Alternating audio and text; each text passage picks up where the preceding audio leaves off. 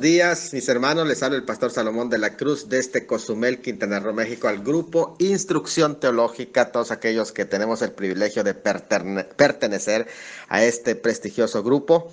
El día de hoy vamos a hablar de una de las bases importantes para el estudio de la escatología, que es las características generales de la escatología, lo cual involucra dos principales elementos, que son el profeta, por un lado, y por otro lado, hablar de la profecía como tal. Son dos cosas. Primero, el profeta, o sea, la persona encargada de transmitir los mensajes de Dios. Recuerden que Dios habla y esa es una de las particularidades de este Dios al que nosotros servimos, Hebreos 1:1, que dice que Dios habiendo hablado, todavía lo sigue haciendo. Lo único que ha cambiado son los métodos que ha usado, incluso los medios que ha usado. Dios habiendo hablado en otro tiempo a nuestros padres por los profetas, dice, en estos postreros días, que llama la atención que está hablando en sentido también escatológico, en estos postreros días, diciendo que ya estamos en estos postreros días desde la llegada del Salvador. Desde su primera venida, con la venida del Mesías, se inauguran los postreros días, aunque no se consuman. En estos postreros días nos ha hablado por medio del Hijo, a quien consideró heredero de todo y por quien asimismo hizo el universo. Entonces es interesante que ahora es por medio del Hijo directamente. Sin embargo, tanto el profeta como el apóstol en el Nuevo Testamento, el profeta en el Antiguo, son el fundamento del cual nosotros basamos nuestra fe.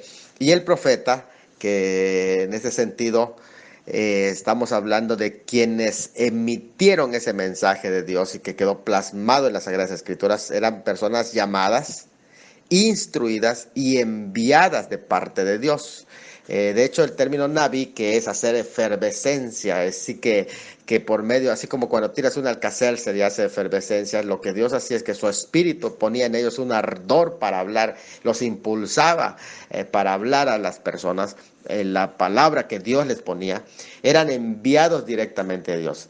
De la manera como el sacerdote representaba al pueblo delante de Dios, el profeta representaba a Dios ante el pueblo, es decir, era la boca de Dios, por así decir. En un sentido estricto, y no todo predicador es un profeta, aunque lo es en sentido general. ¿Por qué? Porque es portador de la palabra de Dios. Pero con todo, existen diferencias entre el don de profecía y el ministerio de profeta. Lo cual hemos analizado en otra ocasión cuando hablamos parte de lo que es la epístola de Judas. Hablamos también de el maestro. O sea, ¿por qué el maestro? Porque cuando se habla de profetas de la palabra, nos estamos refiriendo a que son predicadores de la palabra, y cuando hablamos profetas en la palabra, estamos hablando de aquellos que predicaron dentro del tiempo de la palabra de Dios hasta el cese de la revelación. Y cuando hablamos del cese no estamos hablando de un cesacionismo, hablamos de un continuismo, pero el cese ¿de qué? De la inspiración por el periodo en el que vivían los apóstoles, ¿verdad?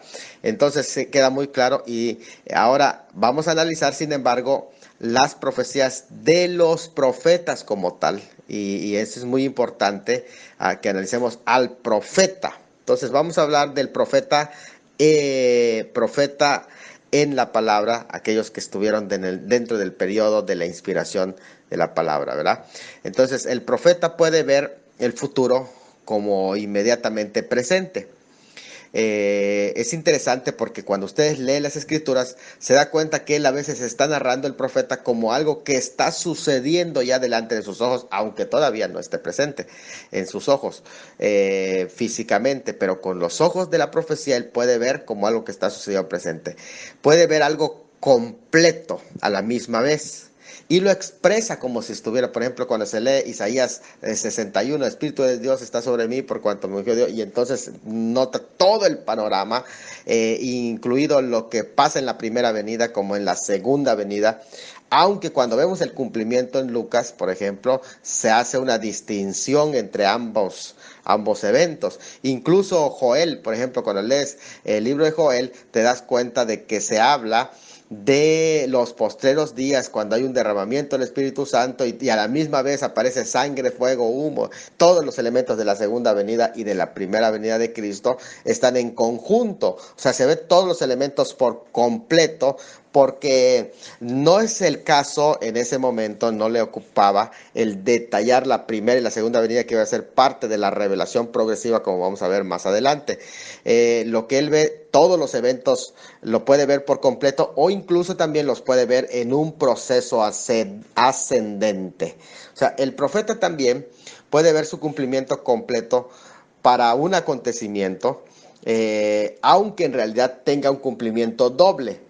Entonces hay profecías que las declara, las emite, pero que sabemos que tiene un cumplimiento doble porque existe también referencias en otros libros que hacen documento del mismo evento y que lo ponen no como cumplido, aunque haya sido cumplido parcialmente, sino que lo enfocan hacia el futuro. Bueno, existe una aparente contradicción en algunas predicciones, debido a que las ideas reveladas están separadas, pero se complementan mutuamente. O sea, no es que haya contradicción, sino que lo que pasa es que hay un complemento de todos estos elementos y entonces se va formando toda la panorámica, o sea, el panorama general se va dando. También tenemos que entender de acuerdo a sus oyentes. Por ejemplo, Lucas presenta una perspectiva en Lucas 21, en Marcos 13 y en Mateo 24. Cuando tú comparas los tres, te das cuenta de algo interesante, cómo hay variantes. ¿Por qué hay variantes? Hay variantes incluso hasta de las ilustraciones que ellos usan para presentar su mensaje, porque recuerden que Mateo le escribe a los judíos. Marcos en sí le escribe básicamente a los romanos, pero lo que es Lucas le escribe básicamente a todo el pueblo griego, gentil. Entonces es interesante que cuando cada uno de ellos tiene su audiencia, por eso el contexto de Lucas es muy interesante, porque él incluso usa ilustraciones que no usa Mateo. ¿Por qué? Porque son ilustraciones que van a hablar de la iglesia.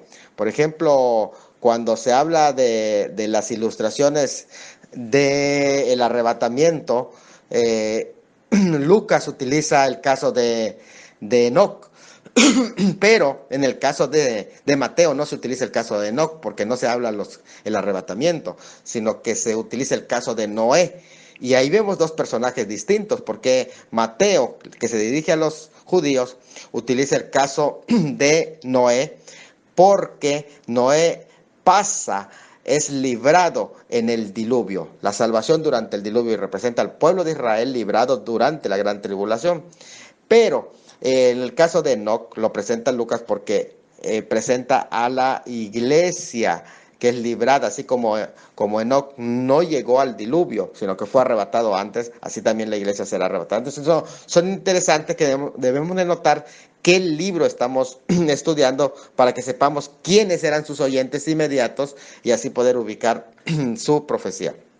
Bueno, el profeta habló de la gloria futura también en términos de su propia sociedad, de su propia experiencia, y eso lo compara. O sea, él está hablando de su sociedad, le está predicando a gente concreta. O sea, cada texto, tenemos que entender, tiene un contexto inmediato. O sea, hay oyentes inmediatos. Desde luego que a veces hay las profecías de segunda y hasta de tercera referencia en cumplimientos.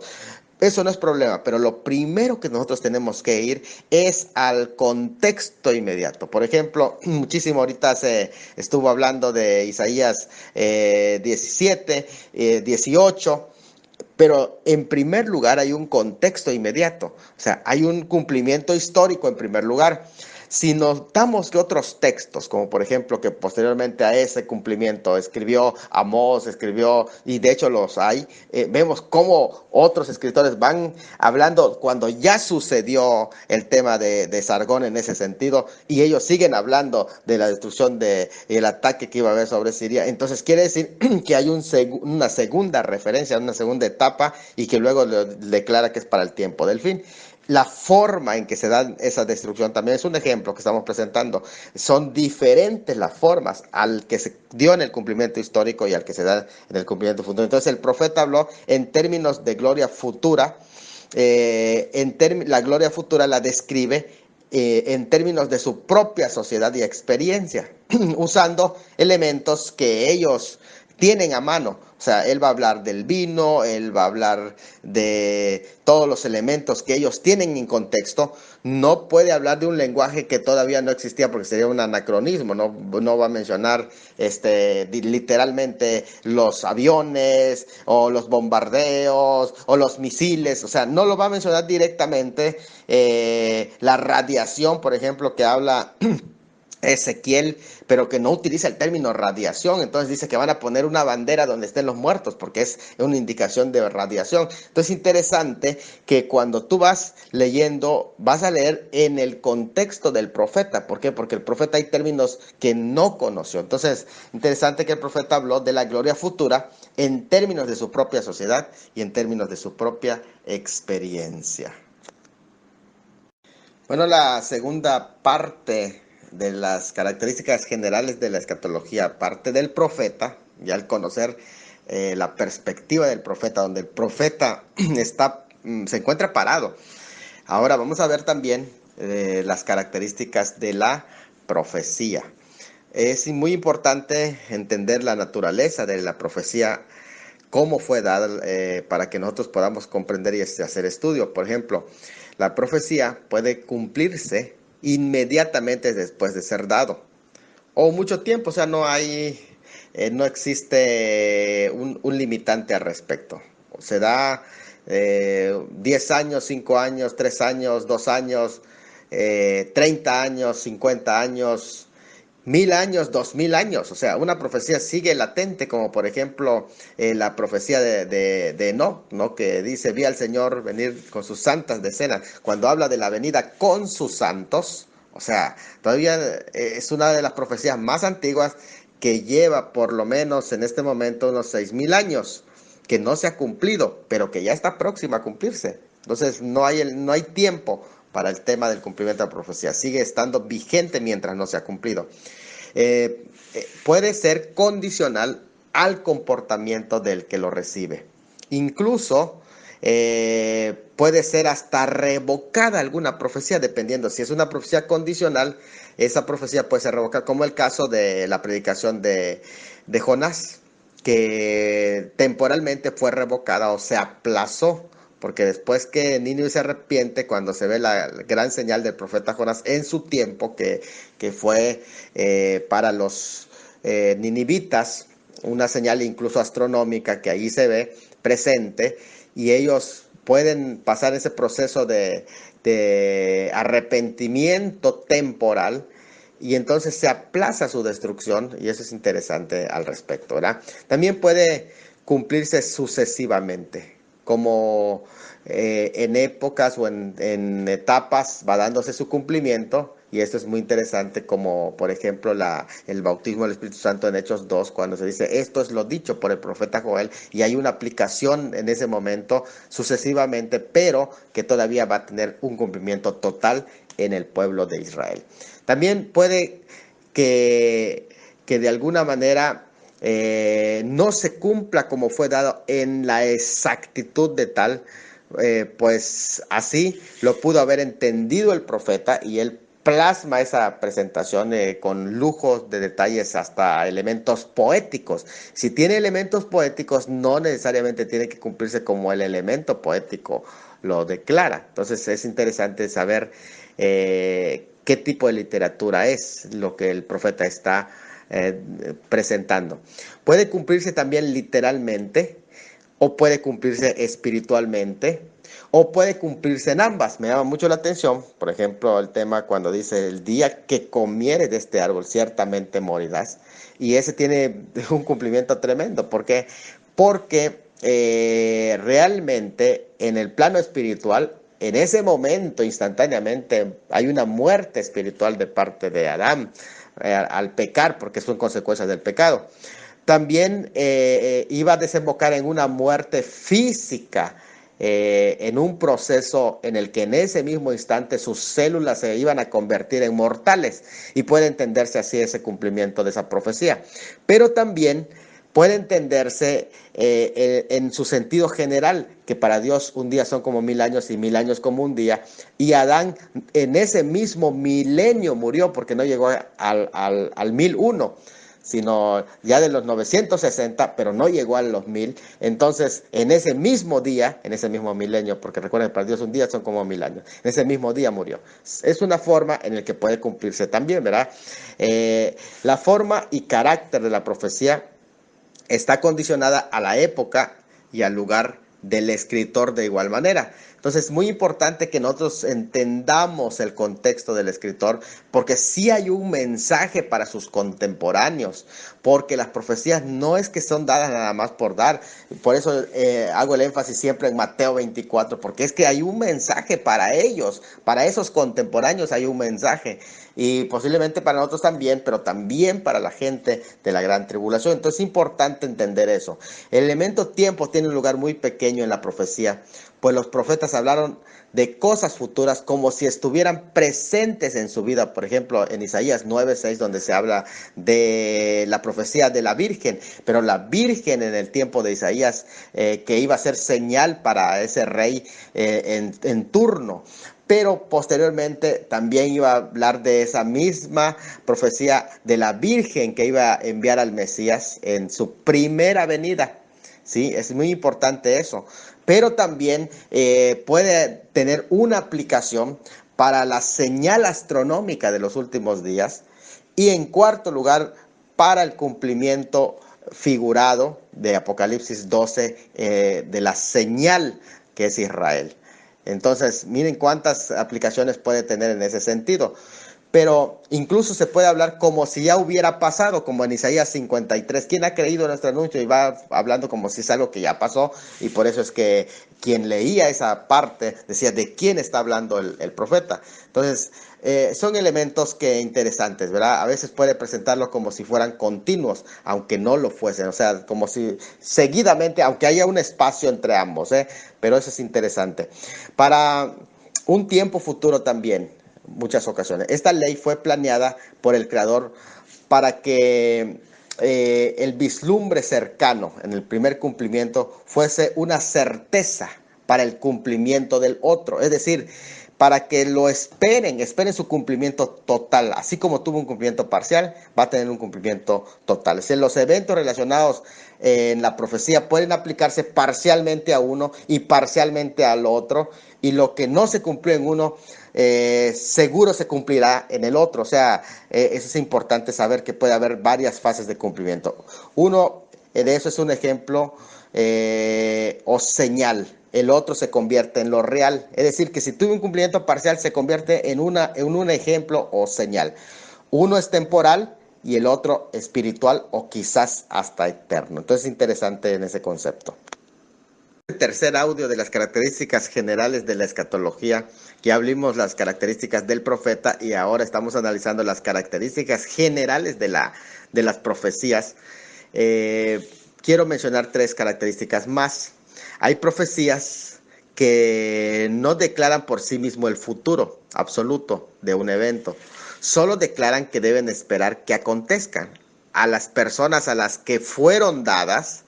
Y sin embargo, aunque fueron dadas para personas específicas en el tiempo del profeta, del que emitió esa profecía, tienen la intención de ser tipos de cumplimiento. Entonces es muy importante que cuando estudiamos la escatología reconozcamos esos tipos que fueron dados para una persona directa, pero que pueden tener un cumplimiento en futuro.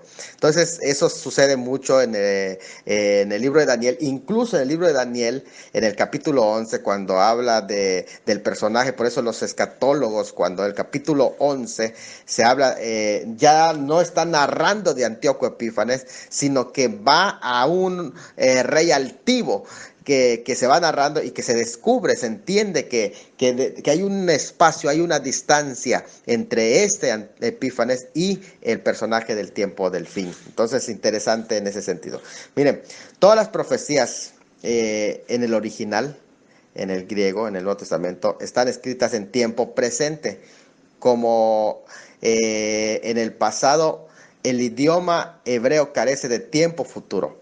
Pero si algo no se ha cumplido en el pasado, lo que se hace es ubicarlo en un tiempo futuro. O sea, que si realmente no ha tenido un cumplimiento total, como por ejemplo, se dice la profecía del Salmo 83, que es una profecía que no se ha cumplido, o sea, no ha tenido un cumplimiento, que es una guerra mesiánica, que es una guerra antisemita, o sea, un ataque para que no sea pueblo, para que no sea nación.